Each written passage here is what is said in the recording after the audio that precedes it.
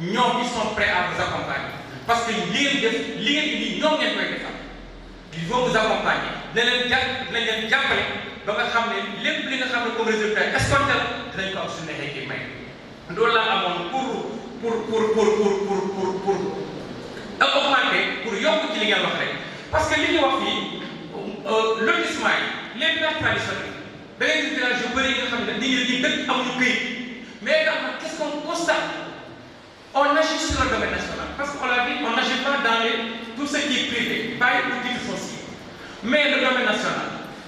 fait l'objet de réglementation bien définie par la loi 6446 et le décret 72 288 mais malheureusement ces dispositions législatives et réglementaires ne sont pas la plupart du temps respectées parce que ñun ñëpp xam nañu les terres du domaine national ne peuvent faire l'objet d'aucune transaction financière. Mais qu'est-ce qu'on constate? On constate, source, ni ñaa koy dagg à l'insuffisance des familles, mais également accompagné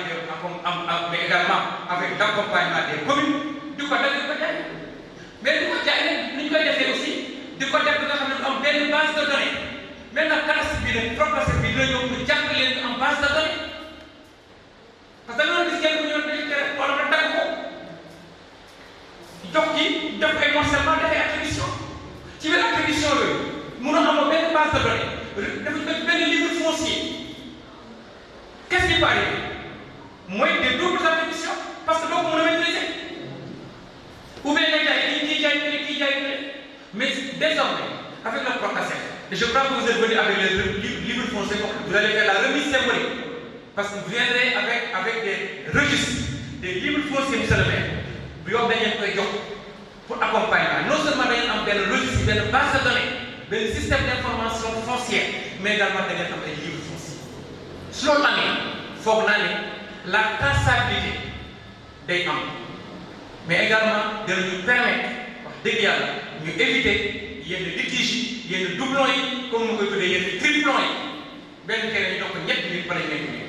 donc en tout cas merci beaucoup pour le moment je crois que mën nañu ko peut-être ñu jël intervenant yi après ñu observer la pause café de 10 minutes avant de revenir dans la salle et poursuivre les la mission que vous avez déroulée suuf moo ci gën a tuuti mais yàlla dafa def ni arrondissement bi ngay hérité suuf moo ci ëpp bayre donc ñu di la ñaanal chaque jour rek sinon maa ngi lay sant bu baax a baax di nuyu monsieur le maire Papis Diop di nuyu son adjoint Boubacar Ka di nuyu toute son équipe waaye di nuyu le commandement territorial di nuyu aussi toutes les autorités qui sont là di nuyu les services de l'État di nuyu pratiquement toute la population qui est là donc maa ngi leen di nuyu bu baax a baax ak man nag dama ci sànni tuuti kàddu rek kàddu yi mooy kàddu wu ñaax waaye kàddu yi aussi di kàddu wu soññ ñaax bi mooy ñaax les populations soññ bi mooy soññ le Procasef parce que population yi maa ngi leen di ñaax di leen wax ni li nga xam ne mooy projet Procasef dafa nekk projet ba nga xam ni à la fois de sécuriser les populations mais à la fois ça permet à l'État d'identifier les populations qui habitent dans ces zones et loolu dafa am solo parce que ñun ñii fi toog ñëpp ku nekk am na pièce d'identité am na carte d'identité waaye sa kër da nga ko war a wutal pièce d'identité moom mooy nikat boobu ñuy wax pour ñu xam ne espace bi kat diw mii moo ko moom loolu dafa am solo et ñu dox may soññ waa Procasef aussi di leen wax ni c'est un besoin qui est là au niveau de la commune de Tivaouane Peulh parce que monsieur le maire l'a rappelé donc commune de Tivaouane Peulh am na ay jamono ñu ngi woon ci 40 000 habitants fu mu toll ñu ngi ci 152 000 habitants et chaque week-end si le temps vous le permet taxaw leen fii ci VDN bi au moins di ngeen gis ñaar ñetti oto yu dugg si di yàpp ay bagages pour ñu dox si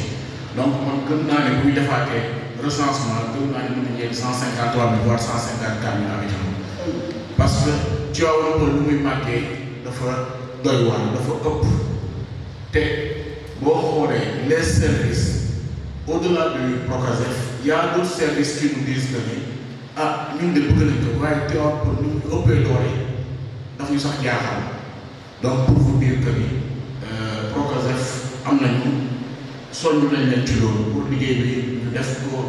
le plus tôt possible waaye ñu def ko ci ni mu gën a rafetee ni mu gën a yembee ñun nag mënuñu lu dul di féliciter toutes les autorités wala toutes les personnes qui ont eu à contribuer sur ça donc ci loolu may ñaanal ñi nga xam ne ñoo yor liggéey bi mën a yemb waaye mën a jëriñ toute la commune de Tivaouane Peulh mën a jëriñ l'arrondissement de Sangalkam waaye mën a jëriñ le Sénégal aussi dans son ensemble liggéey bi nag day permettre la commune de Tivaouane Peulh mu gis si boppam mais day permettre l'état central en tant que tel mu gis si boppam donc maa ngi baalu àq bu baax a baax préfet maa ngi lay nuyu bu baax a baax di la gërëm bu baax a baax di nuyu les commandements territoriaux maa ngi lay jégalu bu baax jërëjëf. fekk ay nit yu leen génneel seen kayitu kër fekk ay faux documents la am naa plainte chez le procureur sur les faux documents kon c'est pas parce que nit génne na kayit rek ne moom que y a une bonne partie des documents qui circulent c'est de faux documents te lan moo ko indi c'est parce que dañu xam ne am kayit ci mairie bi yombul lu tax yombul parce que dañ koy saytu puisque dañ koy saytu fekk na ñoo jënante nañ jaayante ni ba pare boo xam ne ko delloo ma sama xaalis mu xam ne mairie bi du ko jox mu dem ci fenn ñu defal ko benn faux mu ñëw di ko wane. donc puisque da ngeen di travailler Procasef en parfaite collaboration avec la commission domaniale ñoom foog naa dana leen mën a justifier képp ko xam ne kayitu kër la joxe rek balaa ngeen koy valider da leen ko mairie bi préciser. beneen bi Cheikh Fall dafa wax léegi benn yëf dañu ne Procasef mooy programme cadastral de sécurisation foncière loolu laa dégg ci tubaab mu posé benn question ne bu ñu ne foncière mooy suuf si la ñuy toppatoo kon bu dee suuf si la ñuy toppatoo ñu ñëw xool ci tabax rek kon dafa mel ni biens yi la ñuy toppatoo moo tax il faut pas ñu def kumba am ndey kumba amul ndey da ngeen ñëw pour faj jàngoro bi bu leen dem bàyyi ñu jàngoro bu des ndax ñaari nit bokk ndey ak bàyyi jëndandoo nañ terrain le même jour mag jënd fii rakk jënd fii mag am moyen tabax rakk tabaxul te yéen boo leen ñëwee da ngeen faale mag ji bàyyi rakk ci kon préfet indi na ci benn leeral nee na boo leen demee bureau foncier bi mi ngi fi day continuer mais man damay am jaaxle parce que gars yaa ngi may saisir depuis quelque temps ne ma ñun ñii ñëpp ñoo bokk jàngoro ñoo sañcandoo ñoo ñëwandoo kii am na tabax ne kii am na tabaxul te Procasef bu ñëwee dana xool kii tabax te du xool kii tabaxul loolu est-ce que am ngeen ci benn modèle bu ñu mën a war a waxtaan parce que sama naataango maire yi am na ñu ma ci woo ne ma kontaan nañ loo ci Procasef waaye am na partie jafe-jafe boo xam ne dañ ñu ko bàyyee beneen bi muy li ngeen di wax pour que ñu wàññi montant wu ordre de recette bi pour que ñëpp mën a liñ mën def xam ngeen ñun tamit ci loolu la ñuy dundee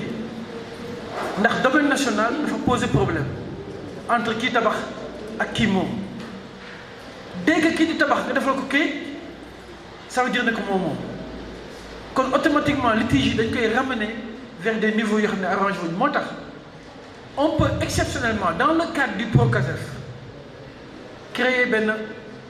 ordre de recette avec l'accord du conseil municipal benn ordre de recette boo xam ne c'est moins cher calé dans le temps ça veut dire c'est valable pour le PV que le grand patron le préfet va signer dans le cadre du Procasef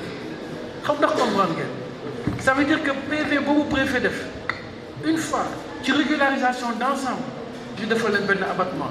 mais dina métti xool di jënd terrain 7 millions 6 millions ñu ne ko fayal 100 000 ñu ne bari na moi je pense que dans le cadre du Procasef ça ne devrait concerner que les populations autochtones mooy ñi dëkk ci village yi ñooñu ñooy am bénéfice boobu mais waa ji jógee Dakar ñoo jënd terrain 7 millions ñu ne ko fayal 100 000 francs mu ne dafa cher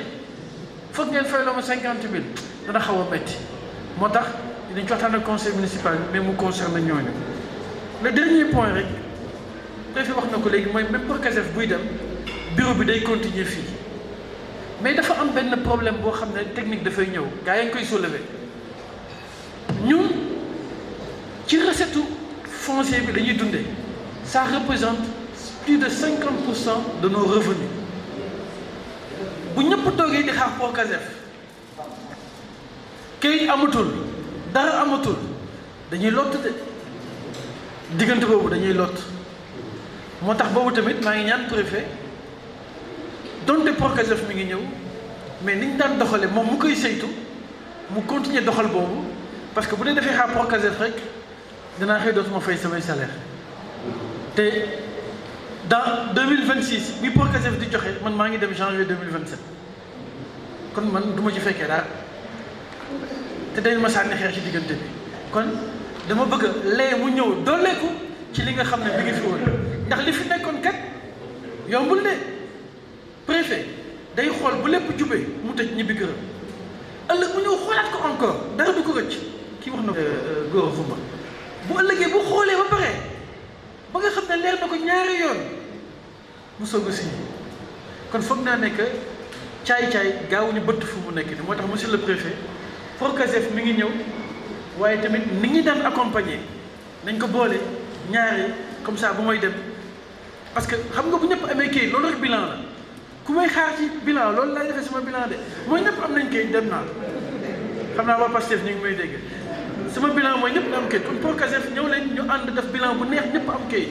loolu lay def bilan di gërëm ñëpp ci seen taxawaay di ñaan suñu borom ah Procasef moom wax dëgg neex yàlla ki mu nar a remplacer mbiram dana baax ndax ñi am identification cadastrale yëpp impôt lay mujjee impôt daf leen di identifier ñoom ñëpp daal di leen envoyé foncier bâti foncier non bâti loolu daal di jël dugg ci gafaga biir bi miir bi gën a mën a doxal maa ngi sant ñëpp di gërëm ñëpp. toute l'étendue du territoire de la commune su ñu waxee toute l'étendue du territoire de la commune bien sûr dañuy intégrer benn aspect bu important bu mu bëggoon wax. Il y a notre collègue de l'urbanisme qui l'a évoqué defe naa tonton bi aussi évoqué na ko mooy li nga xam ne ñun dañ ko tënk ci li ñuy wax les terres à statut particulier donc quand on parle de terres à statut particulier mën nañ dugal ci biir lépp luy aire protégée mën nañ dugal ci biir lépp luy titre foncier lépp luy immatriculé donc je mets le titre des particuliers et les titres de l'État donc mën nañ dugal ci biir lépp luy titre minier mën nañ sax dugal ci biir lépp luy lotissement irrégulier donc avant ñu commencé liggéey dañ njëkk a def li ñuy wax état des lieux pas seulement dans la commune de Grand Dakar dans la commune de Tivaouane Peulh on l'a fait sur toute l'étendue du territoire dans les 138 communes où on intervient grâce à des conventions qu'on a avec les autres partenaires techniques tey on a parlé de limites mais on a une convention phare avec l'ANAT moo ñu permettre ñu am les limites des communes donc limites yooyu la ñuy utiliser jusqu'à ce que l'ANAT nous dise que limites yi conforme jël leen limites yële sur les terres immatriculées la base de données du cadastre moom la ñuy utiliser superposé léegi bu weesoo loolu li ñu ciy def mooy tout au long de la mission données yooyu di évoluer donc à chaque fois que ça évolue dañ koy mettre à jour luy aire protégée mën nañ ko déclasser wala mën nañ def reconnaissance des limites fi ñu jàppoon ne foofu la du foofu mais tout ça on le fait avec la structure qu'il gère beneen bi mooy le Procasef ne donne pas de titre loolu aussi il faut que ñu gën ko leeral wax nañ ko mais il faut que ñu leeral nous faisons un accompagnement technique mais dans ce travail là c'est la commune qui est le chef de mission donc ñoom ñooy diriger y a la commission domaniale qui est là. Nous n'avons pas la prétention de connaître toutes les particularités yi am ci zone yëpp bu ñu nee zone boo xam ne du dëkkuwaay et que image yi ñu yor données yi ñu yor illustré wu ko mais c'est à la commission domaniale et à la commune de nous dire attention dans cette zone là ñun bàyyi leen xel lii ak lii ak lii donc c'est comme ça qu'on procède donc on veut un travail inclusif participatif pour nous permettre ñu def le moins d'erreurs possible zéro erreur amul mais pour faire le moins d'erreurs possible. Ensuite, ce qu'on fait pour rattraper erreur yi nga xam ne moom mën na am ci biir liggéey suñu paree lépp on fait une restitution aux autorités, aux conseils, aux maires et même dans les villages. Est-ce qu'il y a des appréhensions par rapport à ça? Donc c'est un niveau de filtre supplémentaire pour voyer également la marge d'erreur. On est sur du foncier. Il y a des problèmes. Mais ce n'est pas une raison pour ne jamais s'attaquer à la question foncière. Il faut qu'on ose s'y attaquer, affronter le problème et régler pour que notre futur soit fait avec une gestion avec moins de problèmes. Je reviens de Casamance et il y a le maire de Saré-Korissalé, donc il fallait accident avec récemment, qui nous a dit, grâce au Procasef, je me profile vers un hivernage sans problème. Parce qu'en réalité, sur la délimitation, mais il y a des problèmes. Mais c'est dans la discussion que les gens sont parvenus à s'accorder sur les limites. Moi, je sais que mais maintenant, il y a des donc, comme dit M. le maire, donc chantier pour engagé, mais qui va être bénéfique pour tout le monde. Sur le principe de la quasi-gratuité, M. le maire, nous avons mais en fin de compte, les évolutions. Parce que nous avons une quasi-gratuité. On a fait une étude avec les données du ministère des Finances, avec les données du Trésor public, sur les budgets des communes et sur les frais appliqués dans chaque collectivité. On a fait une analyse sur la base également du nombre de délibérations faites sur l'année 2021 et sur l'incidence des frais sur le budget de la commune. Donc ça, on l'a fait pour l'ensemble des communes et on s'est rendu compte qu'en réalité, il y avait 75% des communes qui avaient un budget qui était inférieur à 1%, enfin, qui avait moins d'influence sur ce qu'on pensait. Donc les 25 étaient localisés dans des communes de forte pression foncière qui se trouvaient soit sur la côte, soit sur le Grand Dakar. Donc on a demandé à appliquer ces frais-là en conséquence par rapport à ce qu'on apporte là. C'est le nombre qui va compléter. Non seulement c'est le nombre qui va compléter, mais on vous demande d'adopter un tarif préférentiel et un tarif réel. Un tarif préférentiel pour les auditeurs, un tarif réel pour les gens. Donc de ce fait, nous avons un village et sans projet, commune, nous avons échappé à ces fiscales parce que nous avons régulariser parce que ce croit un se croit toujours en sécurité. Donc, c'est des assiettes fiscales à mon niveau et rien qui est engagé. Donc, vous allez continuer à faire les mêmes recettes que vous avez avant, mais en plus, vous allez recevoir d'autres recettes que vous avez prévoir le cours. Donc, c'est ça un peu l'astuce qu'on a fait pour permettre aux communes de bénéficier du maximum de recettes. Merci beaucoup. Merci, monsieur le journaliste. Tay ni ngeen ko gisee dañoo daje woon Tivaouane Peulh pour def lancement des opérations foncières au niveau de la commune de Tivaouane Peulh Niaga. Ndaje bi nag day ñëw rek tofantal ci li nga xam ne def nañ ko Bambilor ak Sangalkam dans le cadre du Procasef muy projet cadastre et sécurisation foncière bi nga xam ne projet la bu am solo boo xam ne état Sénégal gouvernement Sénégal moo ko tëgg ñu logé ko au niveau du ministère des Finances et financé par la Banque mondiale. Et soo gisee li tax mu jóg c'est pour accompagner les communes mais également les populations. Ci communes Sénégal yëpp xam ngeen ne on a plus de 500 communes collectivités territoriales mais dañ cee tànn uniquement 138 communes pilotes maanaam communes yoo xam ne dañ fay def phase test. Ci yàlla def nag ici au niveau de l'arrondissement de Sangalkam sunu ñetti communes yi bokk ci commune pilote yooyu ñu koy rafetlu lool di rafetlu di gërëm waa Procasef ci choix bi nga xam ne porté nañ ko ci suñu 3 communes yooyu. Pour rappeler rek ne Bambilor commencé nañ ko depuis quelque temps ba ñu def ci liggéey bu mucc ayib ba nga xam ne wax dëgg yàlla mun nañ ne ñoom ils sont en avance. Def nañ lancement il y a de cela 2 semaines au niveau de la commune de Sangalkam. On était là pour partager avec les différents acteurs qui sont au niveau de la commune de Tivaouane Peulh Niaga. Su ma nee les différents acteurs dañ ciy xalaat le maire monsieur le maire le bureau municipal l'équipe municipale les chefs de village les délégués de quartier les bajjanu gox les relais communautaires mais vous journalistes parce qu'on a besoin que cette information-là soit relayée mais également les forces de défense et de sécurité qui sont là présents en présence également de l'équipe du Procasef de GRAP de Grand Dakar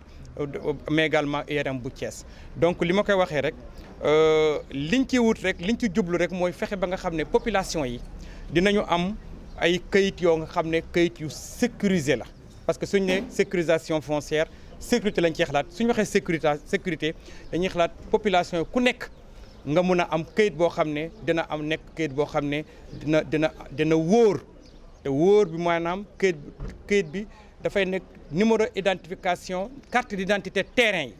parce que xam ngeen na nag zone bi li tax ñuy wax Sangalkam arrondissement Sangalkam mooy les litiges fonciers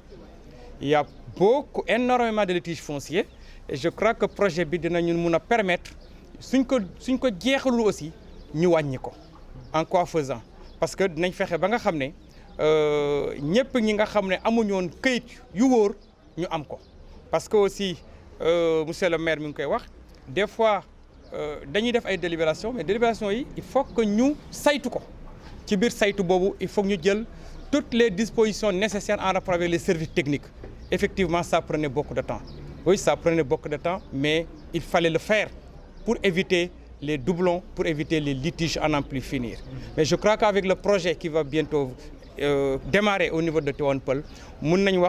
les services techniques en rapport avec le Procasef viendront en appoint pour accompagner le maire et son équipe. Et je crois que c'est à saluer. Projet bi ñi ngi wax pour quelque temps là dañuy dem mais dañu nañ def un système, un dispositif pour la pérennisation. Suñu wax pérennisation maanaam du waa Procasef du ñu retiré wu rek projet bi jeex parce que dinañ mettre en place ce qu'on appelle un bureau foncier avec un système d'information foncière bi nga xam ne système d'information foncière bi nga xam ne dina mën a permettre la commune ak un agent foncier bi nga xam ne mooy gérer le bureau foncier pour mu permettre lawal projet bi permettre ba nga xam ne ñi nga xam ne bi ñuy def lancement bi jotewuñ ci woon ñu mun ci am donc ni ko maire waxee ni ngeen ko déggee tout à l'heure ci réunion bi ci réunion de partage bi effectivement le projet ne concerne que les terres relevant du domaine national mais qui ne font pas l'objet de litiges fonciers donc ce qui veut dire que tout ce qui est titre foncier tout ce qui est terre immatriculée bokk ci donc je crois que loolu c'est bon à savoir loolu parce que effectivement le maire n'est compétent que sur le domaine national donc je crois que loolu daal lañ amoon pour wax mais soxla nañ leen ci yéen tamit parce que liggéey bi dafay doog a tombale rek day doog a door waa Procasef dinañ ñëwaat